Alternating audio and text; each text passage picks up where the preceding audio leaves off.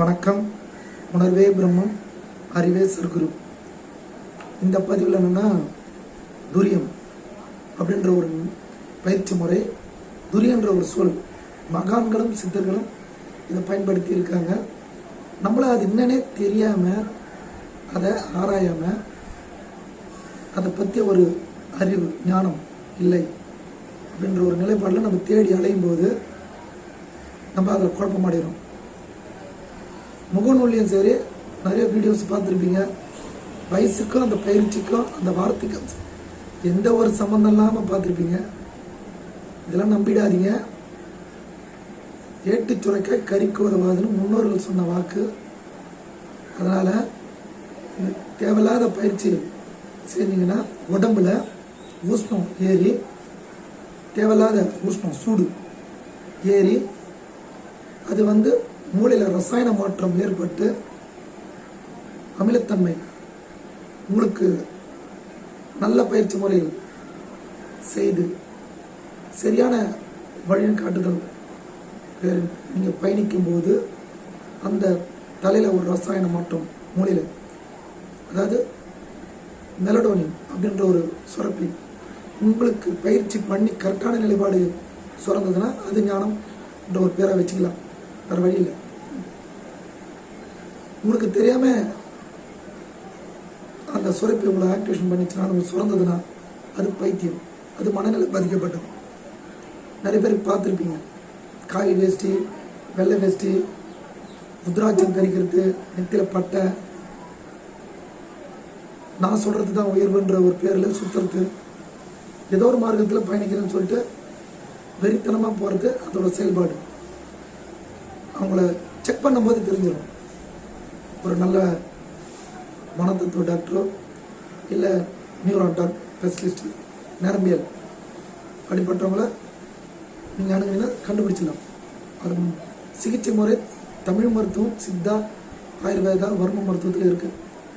இந்த துரியம்ன்ற பயிற்சி முறையை நீங்கள் சரியாக கையாளலைன்னா கண்டிப்பாக மனம் குழம்பி உங்களுக்கு துன்பம் தான் கொடுக்கும். ஏற்கனவே முன்பதில் சொல்லியிருப்பேன். பிறந்த குழந்தைய ஒரு வயசு குழந்தைய எடுத்து பாருங்க, தலை உச்சியில் பள்ளமாக இருந்து உயிர் துடிப்பு இருக்கும். அந்த தலை முதிச்சடையாமல் அந்த ஜீவன் அங்கே துடிக்கிறது நீங்கள் பார்த்துருப்பீங்க. இப்போ நம்மளை துடிக்கலை. காரணம், நம்ம முதிச்சு அடைஞ்சிருக்கு அந்த எலும்பெல்லாம். அந்த ஜீவ துடிப்பு நம்மளை சொல்லிக் கொடுக்குறாங்க. இது நல்லது, இது கெட்டதுன்னும் போது இன்ப துன்ப உணர்ச்சி கட்டுற போல அது கீழே இறங்கிடும் தானா. அந்த சக்தி நிலையை சொல்கிறேன். அதனால் அந்த பீனியல் கிளாண்டு அதோட செயல்பாடை சரியான முறையில் செயல்பட வைத்தால் அதுதான் துரியம். உங்களோட பீனியல் கிளாண்டை சரியான முறையில் பயிற்சி முறையில் தூண்டப்பட்டு அனுபவிக்கும் போது மெலடோனியம் என்ற ஒரு சுரப்பி ஏற்பட்டு உங்கள் வாயில், அந்த உமிழ்நீரில் இனிப்பு ஏற்படும். இதை அமிர்தம்ன்ற சொல்கிறாங்க. இது பயிற்சி முறை இல்லாமல் சுரக்கும், ஆனால் அதுவும் இனிக்கும். அது விஷம் அப்படின்ற சொல்கிறாங்க மகன்கள். அது செரட்டோனியம் சொல்லுவாங்க.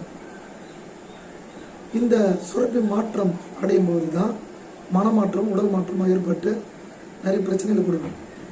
இந்த துரியன்ற ஒரு பயிற்சி 3 நிலையில் உள்ளது. பரதுரியம், சிவதுரியம், துரியம் அப்படின்ற ஒரு பேர் இருக்கு. இது 3ம் மனம் சம்பந்தப்பட்டது தான். வார்த்தைகள் தான் வேறு. அதோட பொருள் தன்மை உணரும்போதோ, அதோட செயல்பாடு உணரும்போது அது பேர் மாற்றமாடியது. இது ஒரு புரிதலாக இந்த ஒரு பதிவு. இது எப்படி செயல்படுனா, உச்சில் தானே துடிக்கும். இந்த குழந்தையில எப்படி துடிச்சதோ அதேமாரி பயிற்சி பண்ணும்போது உச்சில் துடிக்கும்.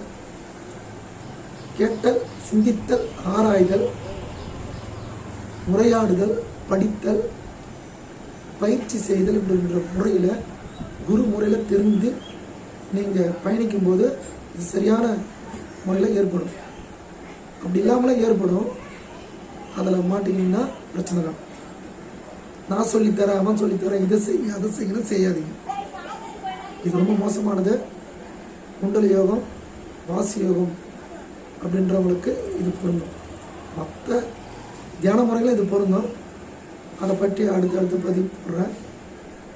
இது முன்பதிலையும் எடுத்து பாருங்கள், ஏற்படும். துரியம் என்ற ஒரு தொடர்ச்சியாக பதிவிடுறேன். புரியலன்னா 2 வாட்டி 1 வாட்டி நல்லா பாருங்கள். இல்லைன்னா பயிற்சி முறையில் வாங்க, அதை பற்றி நான் நேரடியாக சொல்கிறேன்.